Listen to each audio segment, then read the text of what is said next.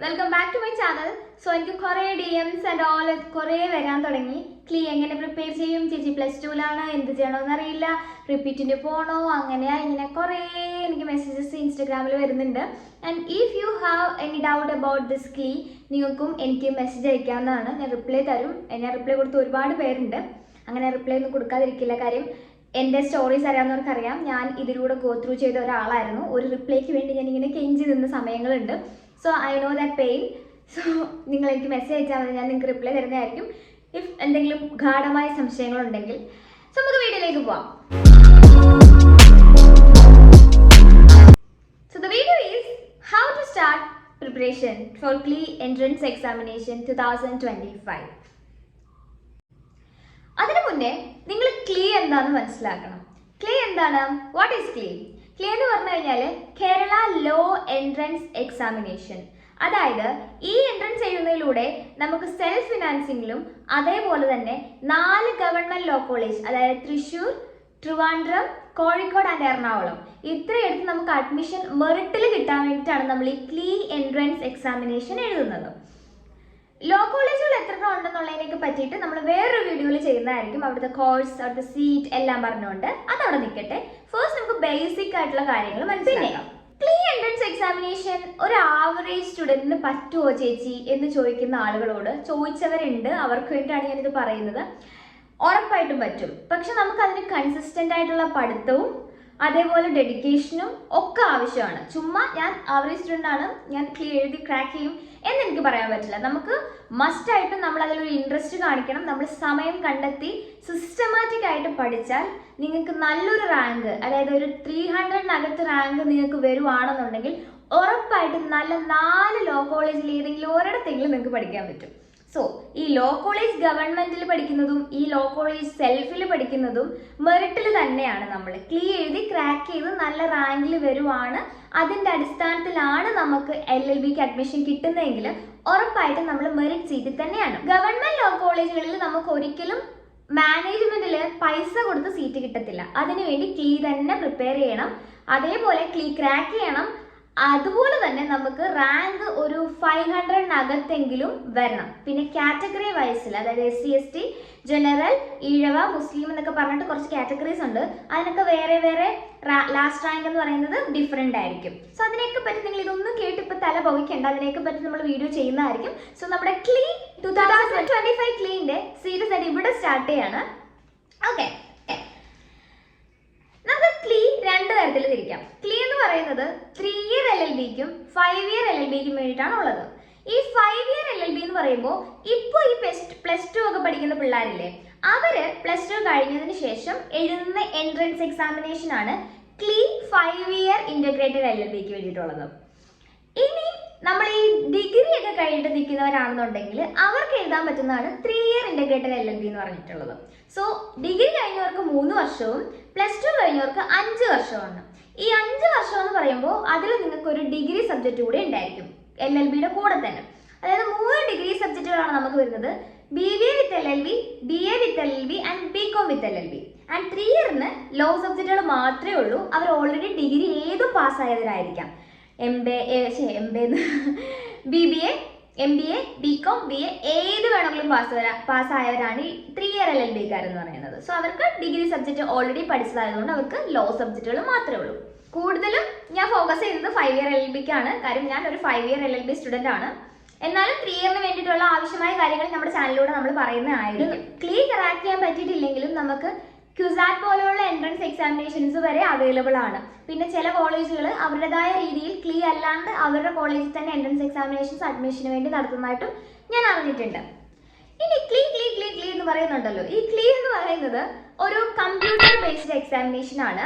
ഈ computer based examination എന്ന് പറയുമ്പോൾ നമുക്ക് ഈ പറഞ്ഞ പോലെ ആപ്ലിക്കേഷൻ കൊടുക്കേണ്ട ഒരു ഡേറ്റ് വരും. അത് ഏകദേശം ഒരു മെയ് ഏപ്രിലോട് കൂടിയൊക്കെ ആവാനാണ് സാധ്യത കൂടുതൽ. ജൂൺ, ജൂലൈ, ഓഗസ്റ്റ് എന്നീ മാസങ്ങളിലാണ് സാധാരണയായിട്ടും ക്ലീ എൻട്രൻസ് എക്സാമിനേഷൻ കണ്ടക്ട് ചെയ്യുന്നത്. അതേപോലെ തന്നെ കഴിഞ്ഞ വർഷം, അതിന് മുന്നത്തെ വർഷമൊക്കെ നോക്കുവാണെങ്കിൽ ജൂലൈ, ഓഗസ്റ്റ് മാസങ്ങളിലാണ് കണ്ടക്ട് ചെയ്തത്. എന്നാൽ ഇപ്പോഴത്തെ ഒരു രീതി വെച്ച് നോക്കുവാണെങ്കിൽ അക്കാഡമിക്സ് കുറച്ചുകൂടെ നേരത്തെ ആക്കാൻ ശ്രമിക്കുന്നുണ്ട് യൂണിവേഴ്സിറ്റി. സോ നമുക്ക് ഒരു ജൂൺ, ജൂലൈ, ഓഗസ്റ്റ് മാസങ്ങളിലേക്ക് നമുക്ക് എക്സാം പ്രതീക്ഷിക്കാം. സോ നമുക്ക് സമയമില്ല. ഇതിപ്പോൾ ജാനുവരി കഴിയാറായി, ഫെബ്രുവരി, മാർച്ച്, ഏപ്രിൽ, മെയ്യും കൂടെ ഉള്ളൂ നമുക്ക് സമയം. സോ നിങ്ങൾ തന്നെ ചിന്തിക്കുക എത്രമാത്രം ചുരുങ്ങിയ സമയമാണ് നിങ്ങൾക്കുള്ളത്. നിങ്ങൾ പ്രിപ്പറേഷൻസ് സ്റ്റാർട്ട് ചെയ്യേണ്ട സമയം ആയി കഴിഞ്ഞു. പിന്നെ എക്സാമിന്റെ കാര്യമാണ് നമ്മൾ പറഞ്ഞുകൊണ്ടിരുന്നത്. എക്സാമിന്റെ കാര്യം പറഞ്ഞപ്പോൾ കമ്പ്യൂട്ടർ ബേസ്ഡ് ആണെന്ന് പറഞ്ഞു. നമ്മൾ ഈ ആപ്ലിക്കേഷൻ രജിസ്റ്റർ ചെയ്യുന്ന സമയത്ത് നമുക്ക് സെന്റർ ഒക്കെ നമ്മുടേതായ രീതിയിൽ ചൂസ് ചെയ്യാം. നമ്മുടെ നാട്ടിലോ നമ്മളല്ലാണ്ട് എറണാകുളത്തും പല എഞ്ചിനീയറിംഗ് കോളേജുകളിലും അതുപോലെ തന്നെ IT ഇൻസ്റ്റിറ്റ്യൂഷനുകളിലും ഒക്കെയാണ് ഈ കമ്പ്യൂട്ടർ ബേസ്ഡ് എക്സാം നടക്കുന്നത്. കാര്യം കമ്പ്യൂട്ടർ ബേസ്ഡ് ആയതുകൊണ്ട് കമ്പ്യൂട്ടേഴ്സ് അവൈലബിൾ ആയിട്ടുള്ള കോളേജുകളാണ് കൂടുതലും സെന്റേഴ്സ് ആയിട്ട് വരുന്നത്. ആൻഡ് അവിടെ ചെല്ലുമ്പോൾ നമുക്ക് നേരത്തെ 200 ക്വസ്റ്റ്യൻ ഉണ്ടായിരുന്ന ക്ലീ എൻട്രൻസ് എക്സാമിനേഷൻ ഇപ്പം 120 ക്വസ്റ്റ്യൻസ് ആയിട്ട് കുറച്ചിട്ടുണ്ട്. എന്ന് വെച്ചിട്ട് സിലബസ് ഈസി ആണെന്ന് ചോദിക്കുന്നവരോട് ഒരിക്കലും അല്ല, ഇത്രയും കുറച്ചെന്ന് വെച്ചിട്ട് നമുക്ക് അത്രയും ഗാഢമായിട്ടാണ് അതിന്റെ ക്വസ്റ്റ്യൻ പാറ്റേൺ തന്നെ വരാൻ പോകുന്നത്. സോ നിങ്ങൾ ഇതൊന്നും കേട്ട് പേടിക്കേണ്ട കാര്യമില്ല. നിങ്ങൾക്ക് ക്രാക്ക് ചെയ്യാൻ പറ്റും. നിങ്ങൾ സിസ്റ്റമാറ്റിക് ആയിട്ടാണ് കൊണ്ടുപോകുന്നെങ്കിൽ ഉറപ്പായിട്ടും നിങ്ങൾക്ക് ക്രാക്ക് ചെയ്യാൻ പറ്റും. ഫോർ ഷുവർ, സത്യമായിട്ടും. ഞാൻ ഫസ്റ്റ് അറ്റംപ്റ്റിൽ ക്ലീ ക്രാക്ക് ചെയ്ത ഒരു വ്യക്തി ആയതുകൊണ്ട് പറയാണ്. ആൻഡ് വിത്തൗട്ട് കോച്ചിങ് ആണ് ഞാൻ ക്രാക്ക് ചെയ്തത്.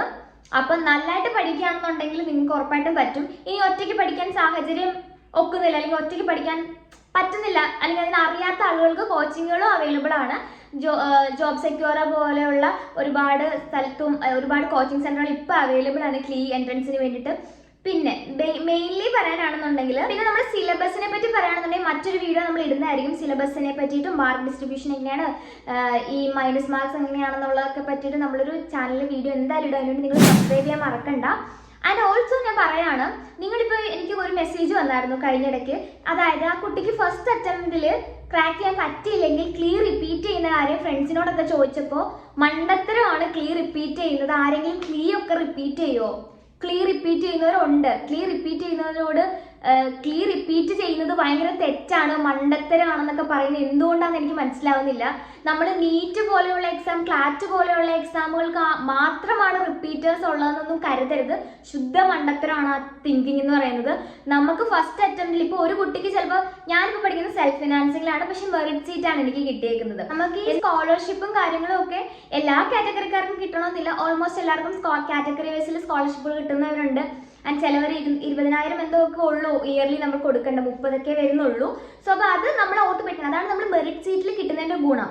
അതുപോലെ തന്നെ നമ്മളിപ്പോൾ റിപ്പീറ്റ് ചെയ്ത് ചിലപ്പോൾ ഫസ്റ്റ് റാങ്കിൽ ചിലപ്പോൾ നമുക്ക് ചില കുട്ടികൾക്കില്ല, എനിക്ക് ഗവൺമെന്റ് ലോ കോളേജിൽ തന്നെ പഠിക്കണം എന്ന് താല്പര്യമുള്ള കുട്ടികൾക്ക് ഫസ്റ്റ് അറ്റംപ്റ്റ് ചിലപ്പോൾ ക്രാക്ക് ചെയ്യാൻ പറ്റാത്ത കുട്ടികളായിരിക്കും ഈ റിപ്പീറ്റ് ചെയ്യുന്നത്. ഞാൻ പറയാം, നിങ്ങൾക്കിപ്പോൾ റിപ്പീറ്റ് ചെയ്ത് നല്ലൊരു ഗവൺമെന്റ് ലോ കോളേജ് കിട്ടാൻ വേണ്ടിയാണ് നിങ്ങൾ ട്രൈ ചെയ്യുന്നുണ്ടെങ്കിൽ ഉറപ്പായിട്ടും നിങ്ങൾ റിപ്പീറ്റ് ചെയ്തിരിക്കണം. കാര്യം നിങ്ങളുടെ കരിയറാണ്, നിങ്ങളുടെ പ്രൊഫഷനാണ്. നിങ്ങൾ പഠിച്ച് നല്ലൊരു കരിയർ ബിൽഡ് ചെയ്യാനുള്ളത് നിങ്ങളുടെ ആവശ്യമാണ്. ഒരുപാട് പേര് പറയും, എന്തുവാ ക്ലീ ഒക്കെ റിപ്പീറ്റ് ചെയ്യാവോ, മൈൻഡ് പോലും ചെയ്യണ്ട. സത്യം പറയാലോ, നമ്മുടെ വളർച്ച ഒട്ടും ആഗ്രഹിക്കാത്ത ചില ആളുകളാണ് അങ്ങനെ പറയുന്നത്. ബുദ്ധിയില്ലായ്മ അങ്ങ് അറ്റായിരിക്കും. കാര്യം ക്ലീ റിപ്പീറ്റ് ചെയ്യുന്ന അത്ര വലിയ തെറ്റൊന്നുമല്ല. നമ്മൾ നല്ലൊരു കരിയറിന് വേണ്ടിയിട്ടാണ് റിപ്പീറ്റ് ചെയ്യുന്നതെന്ന് ആലോചിക്കുക. സോ ക്ലീ റിപ്പീറ്റ് ചെയ്യുന്നത് ഒട്ടും ബാഡ് ആയിട്ടുള്ള ഒരു കാര്യമല്ല. നിങ്ങൾക്ക് വേണമെങ്കിൽ, നിങ്ങൾക്ക് അത്യാവശ്യം റാങ്ക് കുറവാണെന്നുണ്ടെങ്കിൽ, നിങ്ങൾക്ക് നല്ലൊരു ഗവൺമെന്റ് ലോ കോളേജ് കിട്ടണമെന്നുണ്ടെങ്കിൽ നിങ്ങൾ ഉറപ്പായിട്ടും റിപ്പീറ്റ് ചെയ്തോ. ഇനി അതല്ല, ഞാൻ പ്രൈവറ്റ് കോളേജിൽ പഠിക്കുന്നത് എന്ന് വെച്ചിട്ട് എനിക്ക് ബുദ്ധിമുട്ടൊന്നുമില്ല. ഈ ഗവൺമെന്റിന്റെയും പ്രൈവറ്റിന്റെയും കോളേജിന്റെ സർട്ടിഫിക്കറ്റിന്റെ വാല്യൂഷന്റെ കാര്യമൊക്കെ നമുക്ക് ആ കോളേജും കാര്യങ്ങളും പറയുന്ന വീഡിയോയിൽ പറയാൻ. പിന്നെ +2 പഠിക്കുന്ന കുട്ടികളോടാണ് ഞാൻ പറയുന്നത്, എനിക്ക് കുറേ പേര് മെസ്സേജ് അയച്ചായിരുന്നു, ചേച്ചി ഞാൻ +2 ഞാൻ എന്താ ചെയ്യേണ്ടതെന്ന്. നിങ്ങൾ ഇപ്പം തൽക്കാലം ഇതിനെപ്പറ്റി ബോധേഡാവണ്ട. ലൈക്ക് നമുക്ക് പ്രിപ്പറേഷൻസ് ഇപ്പം തുടങ്ങാനാണെങ്കിലും നിങ്ങൾ കുറച്ച് നേരത്തെ തുടങ്ങുമായിരുന്നെങ്കിൽ ബെറ്റർ ആയിരുന്നു. പക്ഷെ ഇപ്പം നിങ്ങൾക്ക് ബോർഡ് എക്സാമും കാര്യങ്ങളൊക്കെ വരുവാണ്.